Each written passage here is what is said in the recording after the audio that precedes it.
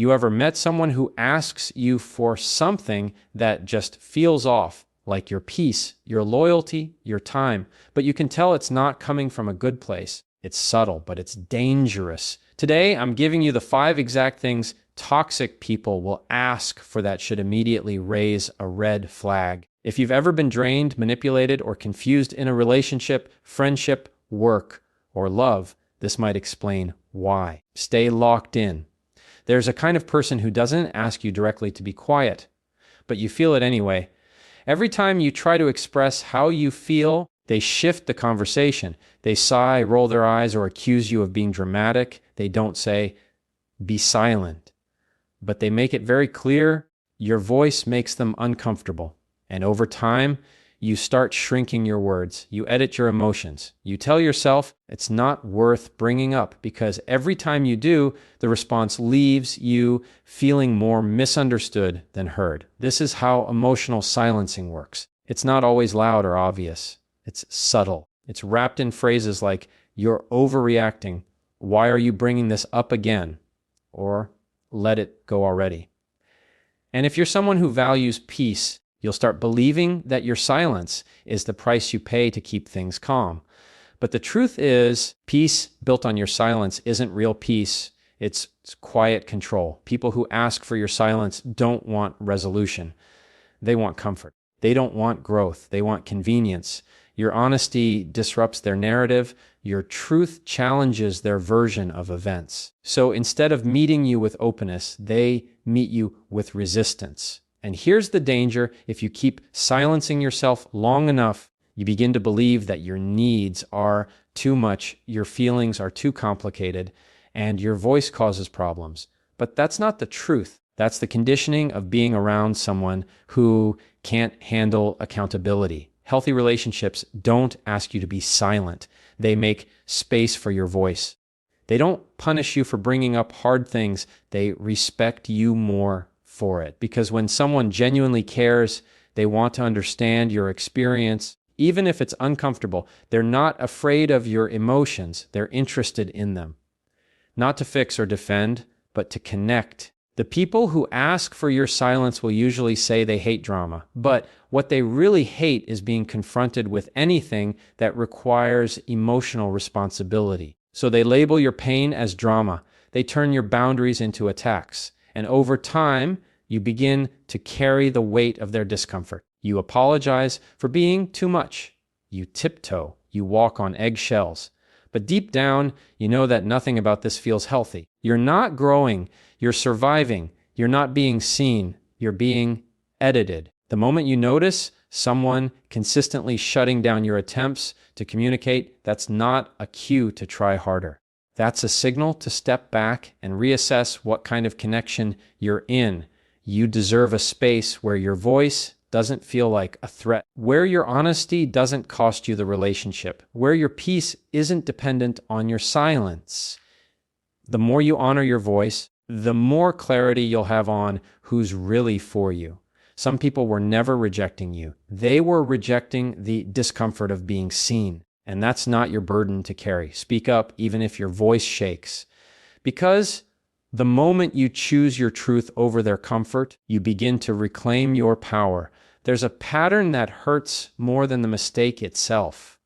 It's when someone wrongs you, says they're sorry, but nothing ever changes. They want your forgiveness, but they never take responsibility. They want the clean slate without the cleanup. And if you're a kind-hearted person, someone who believes in second chances, you've probably been here more than once. You've been convinced that forgiving without accountability is somehow noble. That letting go means forgetting. But forgiveness without change is just permission for repeated harm. When someone asks for your forgiveness but refuses to own their actions, what they're really asking is for you to absorb the consequences of what they did. They want to move forward, but they don't want to go through the discomfort of self-reflection. They don't want to look at how they hurt you or why it happened. Instead, they want your emotional reset so they can feel better while leaving you with the weight of what was never resolved. These kinds of apologies often sound right on the surface. "I'm sorry you feel that way. I didn't mean it like that." Let's just move on. But pay attention to what's missing. There's no ownership, no curiosity about your pain, no conversation about how to make sure it doesn't happen again. It's a performance, not a repair. And if you accept it too quickly, you end up playing a part two, pretending you're okay while your trust quietly erodes. The truth is, forgiveness is not just a kind gesture. It's a bridge to healing, but only if both people are willing to meet in the middle. When one side keeps apologizing just to keep the peace, while the other keeps avoiding the hard work of change, the bridge collapses. You don't heal, you just cope, you just survive. There is nothing wrong with offering grace, but grace is not a free pass. It's not a substitute for accountability. It doesn't mean you excuse the harm, it means you release the hold it has on you. But that release doesn't mean you let them back in. That's where discernment comes in. You can forgive someone, but still recognize that their presence in your life is not safe, that your peace matters more than their comfort. People who truly value your forgiveness will show it, not just say it. They'll ask, "What do you need from me?" They'll check in, they'll reflect, they'll take steps to rebuild what they broke. And it won't be about proving themselves to you. It'll be about becoming someone who is worthy of your trust again. The next time someone says, "I'm sorry," listen carefully. Are they apologizing for how they made you feel, or are they owning what they did? Are they trying to make things right, or just trying to move on quickly? Your heart deserves to be met with effort, not just words. You can forgive without forgetting who showed you they won't do the work. And that's not being bitter, that's being wise. Your boundaries protect the healing that forgiveness begins. Without accountability, forgiveness becomes a revolving door of hurt. Close it, lock it if you must, because healing is not about how quickly you can get over something. It's about how deeply you honor what you went through. There's a certain kind of discomfort that shows up when you start winning, not from you, but from the people around you. You share good news and their smile is delayed. You talk about progress and they quickly change the subject. They say things like, "Don't brag," or "You think you're better now?" It's subtle, but you feel it. The energy shifts. What should be celebrated suddenly feels like something you have to shrink. That's what it looks like when people ask you to downplay your wins, not because you're doing too much, but because your growth exposes where they haven't moved. The problem isn't that you're shining too brightly. It's that they've grown used to your light being dimmed. When you were struggling, they had a place. Maybe they liked being the one who had it together while you were figuring things out. Maybe your challenges made them feel needed. But now that you're evolving, succeeding, and stepping into more confidence, they're not sure where they fit anymore. And instead of doing their own growth, they ask you to shrink. They mask it as humility. They tell you not to get too full of yourself. But real humility is not about staying small. It's about staying grounded while embracing your greatness. People who are secure in themselves won't flinch when you rise. They'll clap.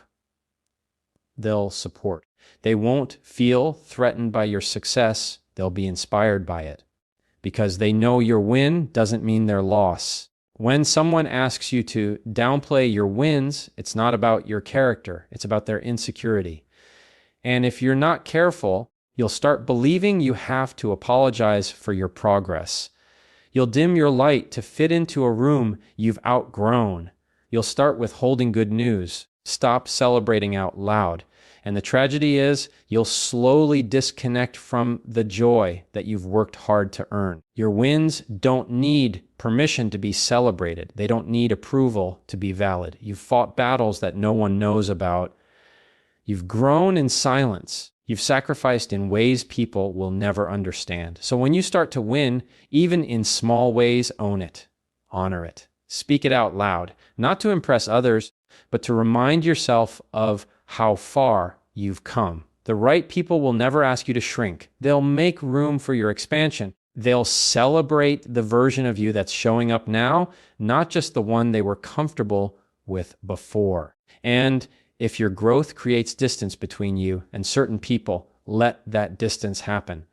Growth is supposed to reveal who's really in alignment with you. Sometimes, the very people you thought would cheer you on are the ones who can't handle your elevation. That's not your fault. And it's not your job to fix it. You don't have to downplay what you've earned just to keep people close. If your success creates tension, it's because it exposed something that was already there, growing. Keep shining. And surround yourself with people who don't just tolerate your light, but reflect it right back. Some people don't just want a relationship with you. They want ownership of your time, energy, and presence. They blur boundaries not out of love, but out of need. At first, it looks like closeness, constant texts, frequent calls. Why didn't you answer? What are you doing? You used to reply faster. It seems like attention. But if you look closely, it's something else. Entitlement. They believe they're owed unlimited access to you. And the moment you draw a line, they make you feel guilty for it. People who ask for constant availability rarely acknowledge the cost it takes on you. Your schedule, your rest, your peace of mind. It slowly becomes compromised in the name of keeping them satisfied. And if you try to create space, they interpret it as distance. They start labeling you as cold, selfish, or detached. But space isn't a threat. It's a need. And people who genuinely respect you understand that your time is not an endless resource they get to withdraw from at will. When someone expects you to be always on, always responsive, always present on their terms, what they're really saying is, I don't see your boundaries. I only see my needs. And over time, that expectation starts to wear you down. You begin feeling anxious when you miss a message. You over-explain when you're unavailable. You apologize for taking care of yourself because you've been conditioned to believe that saying, I need time, is a betrayal. But it's not. Taking space doesn't mean you care less. It means you care enough about yourself not to burn out in the process of being there for others. The truth is, no one, not even the people you love most, should have access to you 24/7. Uninterrupted access isn't intimacy, it's imbalance. And if a connection requires you to be constantly available to prove your worth, then it's not a connection. It's control wrapped in closeness. Healthy relationships honor individuality. They allow space for silence. They respect when you say, I need a moment, or I'll respond when I can. They don't rush you into interaction or guilt you into constant engagement. Instead, they trust the bond enough to give it room to breathe. Love doesn't demand constant proof. It flows with trust. The people who truly value you will never make you feel like rest is a betrayal. They won't question your silence. They won't take your boundaries personally. They'll understand that the version of you